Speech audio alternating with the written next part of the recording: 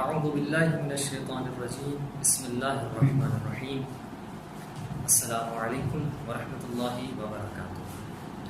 ناظرین اکرام، ہم حضرت نوح علیہ السلام کے بارے میں گفتگو کر رہے تھے اور ہمارا سلسلہ گفتگو یہاں تک پہنچا تھا کہ اللہ تبارک و تعالیٰ نے حضرت نوح علیہ السلام کو بہت سی خصوصیات سے نوازا، بہت سی خصوصیات عنایت فرمائیں، اور حضرت نوح علیہ السلام نے جس کا قرآن مجید نے بھی تذکرہ کیا کہ 950 سال تبلیغ دین کی، اور یہ سلسلہ کوئی کم عرصہ نہیں ہے کہ 950 سال تبلیغ دین کرنا، اس کے لیے صبر چاہیے، استقامت چاہیے، حوصلہ چاہیے۔ ناظرین کرام، ان کی قوم کے پاس جب وہ جاتے تھے تو ان کی قوم نے 3 اعتراض کیے حضرت نوح علیہ السلام پر اور ان کی نبوت پر، جس کو قرآن مجید نے سورہ ہود کی آیہ مجیدہ 23 میں بیان فرمایا۔ ان کا پہلا اعتراض یہ کہ ما نراک الا بشرا، ان کا پہلا اعتراض یہ تھا کہ ہم تو آپ کو اپنے جیسا بشر سمجھتے ہیں، آپ ہم جیسے ہیں، ہماری طرح کھاتے پیتے ہیں، بیٹھتے ہیں، اٹھتے ہیں، سوتے ہیں، آپ کی بھی اولاد ہے، تو آپ تو بالکل ہماری طرح ہیں، آپ ہمارے رسول اور نبی کیسے ہو سکتے ہیں؟ لیکن ان کا اعتراض تھا کہ جو بشر ہوتا ہے وہ کبھی بھی رسول نہیں ہو سکتا۔ یہ ان کا پہلا اعتراض تھا، یعنی ان کے نزدیک گویا کوئی فرشتہ ہو یا کوئی نوری مخلوق ہو تو وہ نبی ہو سکتا ہے، جو بشر ہو وہ نبی نہیں ہو سکتا۔ یہ ان کا پہلا اعتراض تھا۔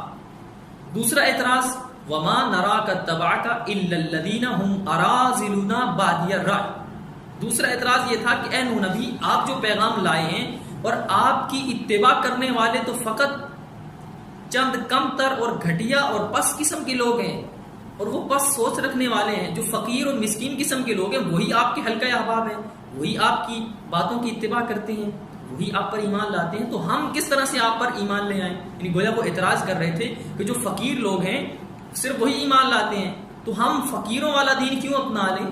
اور یہ وہی سوچ کے لوگ تھے جو پیغمبر اکرام اسلام کے زمانے میں بھی ایسے لوگ موجود تھے کہ جب پیغمبر کے حلقہ احباب میں ان پر ایمان لانے والوں میں کہیں بلال حبشی نظر آتا ہے، کہیں عمار یاسر نظر آتے ہیں، کہیں ابو ذر غفاری نظر آتے ہیں، تو وہ لوگ کیا کہتے ہیں کہ اے نبی، ہم آپ پر ایمان لے آئیں، جبکہ آپ کے ارد گرد تو ایسے لوگ ہیں جن کا رنگ کالا ہے، ان کے پسینے سے بدبو آتی ہے۔ تو اللہ نے کیا کہا؟ ان لوگوں کو کہہ دے جو کہتے ہیں نا تیرے پاس اس قسم کے لوگ بیٹھے ہوئے جو غریب ہیں، جو فقیر ہیں، جو مسکین ہیں، تو اللہ نے اعلان کر دیا، اللہ نے فرمایا اے میرے نبی، ان سے کہہ دے ان اکرمکم عند اللہ اتقاکم، اللہ کے نزدیک بلندی کا معیار تمہاری امیری یا غریبی نہیں ہے، اس لیے کہ کسی کالے کو گورے پر، کسی اجمی کو عربی پر، کسی امیر کو غریب پر کوئی فوقیت نہیں ہے، اگر اللہ کے نزدیک بلندی کا معیار ہے تو وہ تقویٰ ہے۔ لہٰذا تقویٰ الہی ہی خدا کے نزدیک بلندی اور خدا کے نزدیک اپنا مقام حاصل کرنے کے لیے وہ معیار ہے۔ لہٰذا یہ ان کا دوسرا اعتراض تھا کہ آپ کے نزدیک جو لوگ بیٹھنے والے ہیں وہ تو مسکین اور فقیر قسم کے لوگ ہیں، تو ہم کس طرح آپ کی اس بات کو قبول کر لیں اور آپ پر ایمان لے آئیں؟ اور تیسرا اعتراض ان کا یہ تھا وما نرى لكم علينا من فضل، اور ہم تو آپ کو اپنے اوپر کوئی فضیلت حاصل کرتے ہوئے نہیں دیکھتے، یعنی آپ کو ہمارے اوپر کوئی فوقیت حاصل نہیں ہے، نہ آپ کے پیغام کے اعتبار سے اور نہ ہی آپ کی حالت و حلیہ کے اعتبار سے، نہ آپ کے پاس اتنی مال و دولت ہے اور نہ ہی تو آپ کا پیغام اس قدر مضبوط ہے کہ ہم آپ پر ایمان لے آئیں۔ یہ 3 اعتراض تھے جو حضرت نوح کی قوم نے ان سے کیے، تو حضرت نوح نے ان تینوں کا جواب دیا کہ جو سورہ ہود کی آیہ مجیدہ 28 سے لے کر 31 تک مسلسل آیتوں میں حضرت نوح نے جواب دیا۔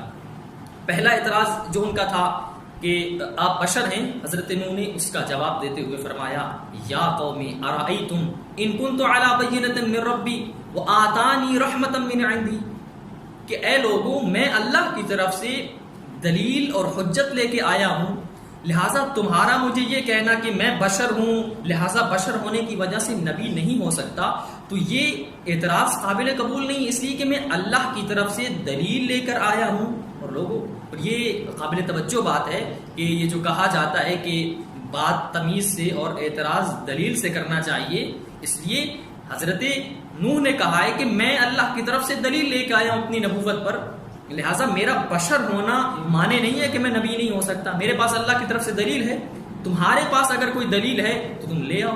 لہٰذا بات دلیل کی بنیاد پر ہوتی ہے، اور میں اللہ کی طرف سے وہ دلیلیں اور حجت لے کر آیا ہوں۔ وہ چونکہ جو بھی نبی آتا ہے وہ اللہ کی طرف سے معجزہ لے کر آتا ہے اور دلیل نبوت اس کے ساتھ ہوتی ہے۔ ہوتی ہے. لہٰذا کہا کہ صرف بشر ہونا معنی نہیں ہے اس لیے کہ میں اپنے پاس اپنے نبوت کی دلیلیں رکھتا ہوں. دوسری دلیل انہوں نے جو اعتراض کیا کہ آپ کے پاس تو یہ چند غریب اور مسکین لوگ ہیں، لہٰذا ہم آپ کی بات کو کس طرح سے قبول کریں. تو پھر اللہ تبارک و تعالیٰ نے اس آیت کو نقل کی کہ جو حضرت نوح علیہ السلام نے ان کو جواب دیا. فرمایا کہ وَيَا قَوْمِ لا اسالکم علیہ مالا ان اجری الا علی اللہ وما انا بطارد الذین آمنوا. فرمایا کہ میں نے تو تم سے اپنی اجر رسالت پر کوئی مال نہیں طلب کیا، میرا اجر تو فقط اللہ کے پاس ہے، میں تم سے کسی مال و دولت کی تمنا نہیں رکھتا. اور فرمایا کہ یہ جو ایمان لانے والے ہیں صرف اس وجہ سے چونکہ یہ غریب اور مسکین ہے میں ان کو اپنے سے دور نہیں کر سکتا، اس لیے کہ کسی کا مال یا دولت کا ہونا معیار نہیں ہے. جیسا کہ میں عرض کر چکا کہ بلندی کا معیار تقوی الہی ہے. اور یہ جو نچلے طبقے کے لوگ ہوتے ہیں یہ جلد بات کو قبول کیوں کر لیتے ہیں؟ اس وجہ سے کہ ان کے دل پر مادیت کے پردے نہیں ہوتے، مال و دولت کے پردے نہیں ہوتے، ان کے دل صاف ہوتے ہیں. جب انہیں حق کا پیغام پہنچایا جائے تو وہ جلد اس بات کو قبول کر لیتے ہیں. لہٰذا حضرت نوح نے کہا یہاں مال و دولت کی تو کوئی بات ہی نہیں ہو رہی، لہٰذا آپ کا یہ سوال ہی بیکار ہے کہ غریب لوگ ہوں یا امیر لوگ ہوں، کیونکہ میں نے تو آپ سے کوئی مال طلب ہی نہیں کیا، میں تو حق کا پیغام لایا ہوں اور آپ کے سامنے رکھا ہے اور دلیلوں کے ساتھ ہے، آپ اس کو قبول کیجئے. لہٰذا دوسرا جواب حضرت نوح علیہ السلام نے دیا. پھر تیسرا اعتراض ان کا یہ تھا کہ آپ کو ہمارے اوپر کوئی فضیلت نہیں. تو حضرت نوح نے فرمایا لا اقول لكم عندي خزائن الله ولا اعلم الغیب ولا اقول لكم انی ملک. میں تم سے یہ نہیں کہتا کہ میرے پاس کوئی ڈھیر سارے خزانے ہیں مال و دولت کی، میں یہ بھی نہیں کہتا کہ میرے پاس میں کوئی فرشتہ ہوں، نہیں، بلکہ اللہ کا بھیجا ہوا رسول ہوں اور میرے پاس دلیلیں ہیں.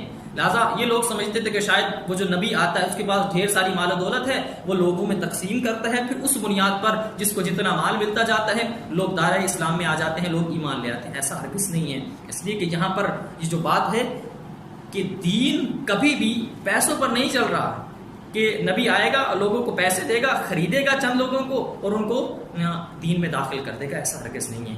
دین جو آج تک قائم ہے وہ اپنی خوبصورتی کی وجہ سے ہے، اپنی دلیلوں کی بنیاد پر ہے. اور شاید آج کل کے کچھ لوگ جو لبرل لوگ ہیں نا وہ یہ سمجھتے ہیں کہ جو دین ہے نا، یہ جو اسلام ہے یہ غریب اور مسکین لوگوں کا دین ہے، یہ جو امیر لوگ ہیں نا یہ دین سے آ رہی ہیں، کسی دین اور اسلام کی ضرورت نہیں ہے. میں ان کو اس پلیٹ فارم سے چیلنج کر رہا ہوں، آئیے اور اسلام کو پڑھیے. اسلام کسی کے مال و دولت پر قائم نہیں ہے، اسلام کسی کی ذات پہ قائم نہیں ہے، اسلام کسی شخصیت پہ قائم نہیں. اسلام اپنی پختہ اور مضبوط دلیلوں کی بنیاد پہ قائم ہے. آئیے اسلام کو پڑھیے اور پھر اندازہ لگائیے کہ اسلام کی قدر و قیمت کیا ہے، اسلام کس بیس پہ کھڑا ہوا ہے. لہٰذا حضرت نوح نے یہ 3 جواب دے دیے. نتیجہ کیا نکلا؟ نتیجہ یہ نکلا کہ انہوں نے، ان کی قوم نے حضرت نوح کو جھٹلانا شروع کر دیا، حضرت نوح کی باتوں پر عمل نہ کیا. ناظرین توجہ طلب بات یہ ہے کہ 950 سال تبلیغ دین کرتے ہیں اور چند لوگ بھی ان کی بات کو قبول کرنے کے لیے تیار نہیں. اور کچھ جو لوگ ایمان لاتے ہیں ان کی حالت یہ ہے کہ جب ان پر مشکلات آتی ہیں، مصائب آتے ہیں تو حضرت نوح سے کہتے ہیں کہ پروردگار سے دعا کرو کہ کافروں کو نسل و نابود کر دے. لیکن جب اللہ کی طرف متوجہ ہوتے ہیں تو اللہ کہتا ہے میرے نوح نبی ابھی عذاب کا وقت نہیں آیا. جب یہ لوگوں کو بات بتائی جاتی وہ جو تھوڑے بہت ایمان لاتے ہیں وہ بھی حضرت نوح کر چھوڑ کر چلے جاتے ہیں. تو کس قدر مشکل مرحلہ تھا حضرت نوح کے لیے. حضرت نوح جہاں بھی لوگوں کو دیکھتے تھے پیغام پہنچاتے تھے، قولوا لا الہ الا اللہ. اور روایات کہتی ہیں جب جاتے تھے کچھ لوگ کہتے تھے دیوانہ آ گیا ہے، کچھ کہتے تھے پاگل آ گیا ہے، اور ان کے ہاتھ میں جو ہوتا تھا وہ حضرت نوح کو مارتے تھے. اور یہ روایت کا جملہ ہے، روایت کے لفظ ہے، ایک لفظ اپنی طرف سے نہیں کہہ رہا. روایت کیا کہتی ہے کہ جب حضرت نوح جایا کرتے تھے لوگوں نے اتنے پتھر مارے حضرت نوح کو، روایت کہتی کہ آپ ان پتھروں کے نیچے دب جایا کرتے تھے. پھر جبرائیل آتا تھا ان پتھروں کو ہٹا کے حضرت نوح کو اٹھاتا تھا، اپنے پروں کو حضرت نوح کے جسم پہ سے مس کرتا تھا، حضرت نوح ٹھیک ہو جاتے تھے. اور یہ جملہ پڑھ کے میرے رونگٹے کھڑے ہو گئے کہ وہ پتھر جو حضرت نوح کو مارا کرتے تھے اگلی صبح حضرت نوح انہی پتھروں پر کھڑے ہو کر کہتے تھے قولوا لا الہ الا اللہ. یہ دین کا پیغام تھا جو کس قدر مشکلات برداشت کر کے حضرت نوح نے لوگوں تک پہنچایا کہ وہی جو پتھر ان کو مارے گئے انہی پتھروں پر کھڑے ہو کے اللہ کا پیغام پہنچاتے تھے. اور پھر لوگ کس قدر نفرت کرتے تھے اور کس قدر اذیت دیا کرتے تھے لوگ کہ اپنی اولادوں کو کہتے ہیں کہ اس کی بات مت سننا، یہ دیوانہ ہے، یہ پاگل ہے. جب اور یہ باپ اپنے بیٹے کو وصیت کرتے تھے. ایک دفعہ حضرت نوح گزر رہے تھے تو بیٹے نے کہا کہ یہ جو جا رہا ہے نا اس کی بات کبھی بھی مت سننا. جب اس نے کہا نا کہ یہ دیوانہ اور پاگل ہے، اس کے بیٹے نے ایک لاٹھی اٹھائی اور حضرت نوح کے سر پہ ماری. حضرت نوح کا سر شگافتہ ہو گیا. جب یہ منظر یہاں تک پہنچا، اس کے بعد حضرت نوح نے ہاتھ کو بلند کر کے کہا پروردگارا، یہ تیری مخلوق ہے نا، تو اپنی مخلوق سے بڑی محبت کرتا ہے. پروردگار، یا انہیں ہدایت عطا فرما یا میرے صبر اور حوصلے میں اضافہ فرما، اس لیے کہ میرا صبر کا پیمانہ لبریز ہو رہا ہے. جب یہ دعا کی، اس وقت اللہ نے کہا ہے میرے نو نبی، اب جو تو دعا کرنا چاہتا ہے کر، آج کے بعد تو جو دعا کرے گا میں تیری دعا کو قبول کروں گا. تو پھر قرآن کی آیت نے سورہ نوح کے اندر اس طرح سے اللہ تبارک و تعالیٰ نے ارشاد فرمایا، وقال نوح رب لا تذر علی الارض من الکافرین دیارا، پروردگار ان کافروں کی اولاد میں سے کسی ایک کو باقی نہ رکھنا، انک ان تذرہم یضل عبادک ولا یلد الا فاجرا کفارا، پروردگار اگر تو نے ایک کو بھی چھوڑ دیا تیرے بندوں کو گمراہ کریں گے اور اس سے صرف فاسق اور فاجر لوگ ہی پیدا ہوں گے. پھر اس وقت جب بد دعا کی، اس وقت اللہ نے کہا اے میرے نبی اب کشتی بنا اور لوگوں کو کہہ کہ جو کشتی میں آ جائیں گے وہی باقی رہیں گے اور جو کشتی سے رہ گئے وہ ہلاک ہو جائیں گے. انشاءاللہ ہمارا یہ سلسلہ گفتگو جاری رہے گا، ہمارے ساتھ رہیے.